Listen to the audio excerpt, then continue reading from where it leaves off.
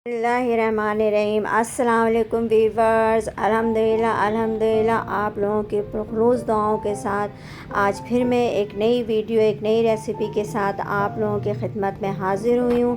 इंशाल्लाह पहली वीडियो पहली रेसिपी की तरह ये वीडियो भी आप लोगों को बहुत पसंद आएगी और अगर पसंद आए तो कमेंट ज़रूर कीजिएगा, क्योंकि हमें आपके कमेंट्स का इंतज़ार रहता है। और अगर चैनल पे नए हैं तो सब्सक्राइब ज़रूर कीजिएगा। रेसिपी शुरू करने से पहले पुरखलूस दुआओं के साथ अल्लाह ताला आप लोगों के रोज़गार में बरकत अता फ़रमाए, आपके खानों में ज़ायक़ा अता फ़रमाए और आपके रिज़्क़ में इज़ाफ़ा अता फ़रमाए। अल्हम्दुलिल्लाह बहुत खूबसूरत और बहुत प्यारे कबाब तैयार हुए हैं। ऊपर से क्रिस्पी और अंदर से इंतहाई सॉफ्ट और बहुत देर तक दस्तरखान पे फ्रेश रहने वाले ये कबाब है।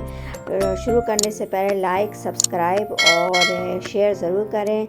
और इसमें मैंने 2 टेबल स्पून का ज़ीरा लिया है और 4 छोटी इलायची है, 4 बड़ी इलायची है, चंद टुकड़े दालचीनी के हैं और काली मिर्च है चंद दाने, 3-4 तेज़पात हैं और 3 अदद बादियान के फूल हैं।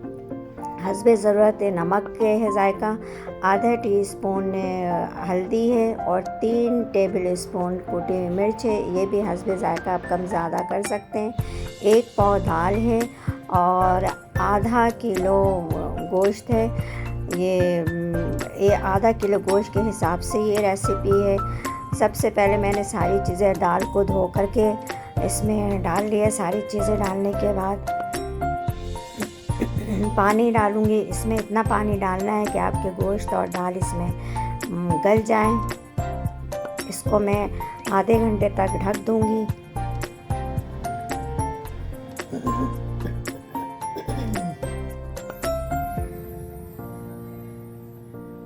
बिस्मिल्लाहिर्रहमानिर्रहीम।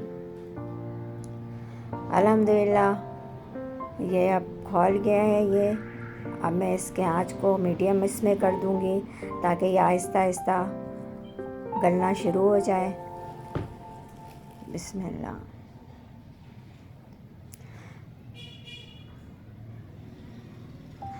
अदरक और लहसुन डालना मैं भूल गई थी, इसलिए मैं अभी डाल रही हूँ। अल्हम्दुलिल्लाह गोश्त और दाल गल गए हैं तकरीबन। अब जो इसमें मैंने साबित मसाले डाले थे वो मैं निकाल लूँगी, क्योंकि इसकी यखनी उतर चुकी है इसमें। और इसको मैं इसलिए निकालूँगी क्योंकि मुझे कीमे को इसमें ही मैश करना है। मैं इसको सिलबट्टे पे या ग्राइंड नहीं करूँगी। अल्हम्दुलिल्लाह बहुत आसान तरीके से आप लोगों को शामी कबाब बनाना बताऊँगी और आगे इंशाल्लाह आप लोगों को बहुत ज़्यादा ये पसंद आएगा।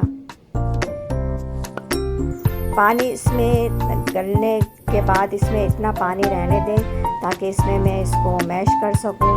जिस तरह से हम हलीम को घोटते हैं इसी तरह से बिल्कुल सेम इसी तरीके से दाल और गोश्त को भी इसमें मिक्स करना है और इस आँच को बंद नहीं करना। इसी आँच में इसको आहिस्ता आहिस्ता हम घोटते भी जाएंगे, मैश करते जाएंगे और ये कीमा भी खुश्क हो जाएगा इसी आँच पे। अल्हम्दुलिल्लाह देखें कितने अच्छे तरीके से आसान तरीके से ये मिक्स हो गया है। ऐसा लग रहा है कि हमने इसको ग्राइंडर में पीसा है या सिलबट्टे पे पीसा है, ऐसा नहीं है। इसको आप हाथ से इस तरीके से आसानी से कर सकते हैं और आखिर में इसको फिर आप तेज़ आंच में खुश कर लें। अल्हम्दुलिल्लाह देखें कितना खूबसूरत तरीके से ये पीस किया है और रेशे भी इसके इंतहाई अच्छे बने हैं। हमें इसको सिलबट्टे पे पीसने की ज़रूरत नहीं पड़ी है। कितना आसान तरीका है, कितना आसान रेसिपी है ये। अल्हम्दुलिल्लाह। अब मैं इसको निकाल के इसमें जो मसाले डालना है वो है हरा धनिया, हरी मिर्चें और कुछ पिसे हुए मसाले हैं, वो भी मैं इसमें डालूँगी, क्योंकि तैयार होने के बाद भी इसमें एक अजीब दाल की खुशबू होती है, तो वो भी इससे पिसे हुए मसाले से वो खुशबू बिल्कुल चेंज हो जाती है। प्याज भी मैं इसमें आमलेट की तरह चॉप करके डालूँगी, हरी मिर्चें और 2 टीस्पून साबित ज़ीरा भून के मैंने इसको कर लिया था। 1 टीस्पून काली मिर्च है और 1 टीस्पून मिक्स गरम मसाला है। नमक थोड़ा कम लग रहा था इसलिए मैंने इसमें और नमक डाला है। अब मैं इसको मिक्स कर लूँगी। इंतहाई आसान, सिलबट्टे भी पीसने की ज़रूरत नहीं है। 2 अंडे इसमें मिक्स करूँगी ताकि ये आपस में बाइंडिंग हो जाए इसकी।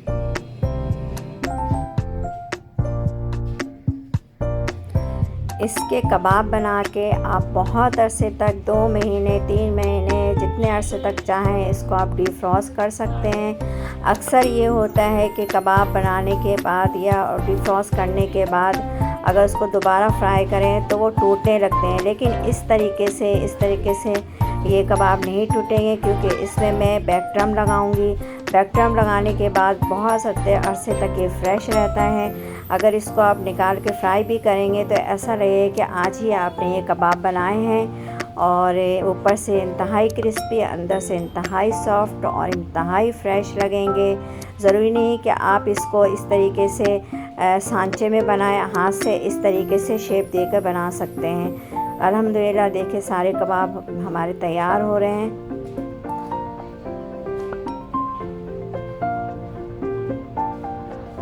मेरे इस तरीके को आप आज़मा कर देखें। अल्हम्दुलिल्लाह आप लोगों को ये तरीका मेरा बहुत पसंद आएगा।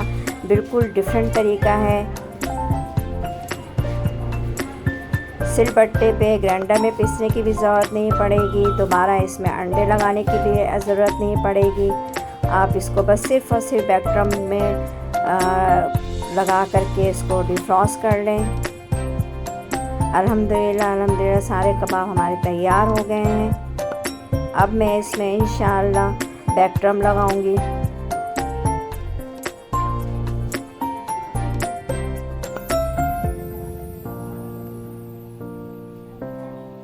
बिस्मिल्लाहिर्रहमानिर्रहीम।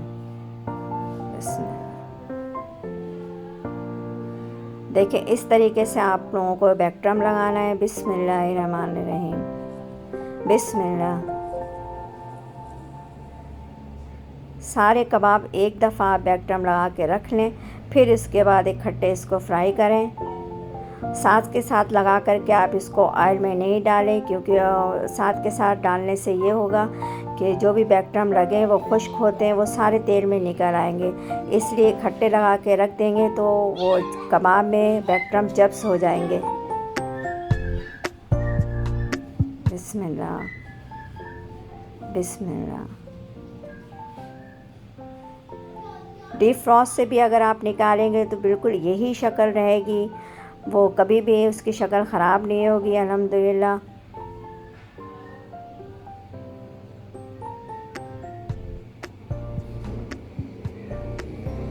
देखें ऊपर से कितने हार्ड हैं ये, लेकिन इंतहाई सॉफ्ट अंदर से मज़ेदार।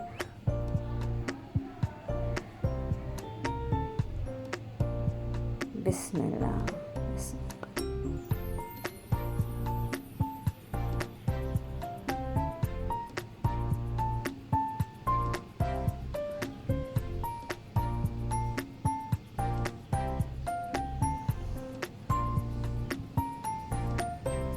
इसको आप पुलाव के साथ सर्व करें, रोटी के साथ सर्व करें, नान के साथ।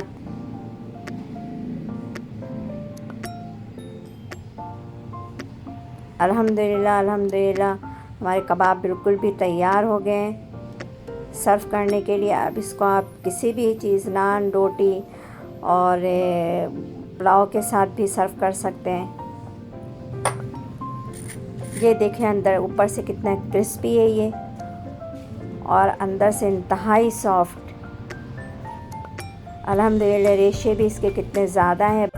अगर मेरी रेसिपी पसंद आए तो मुझे दुआओं में याद रखें। अपना ख्याल रखें। अल्लाह हाफ़िज़।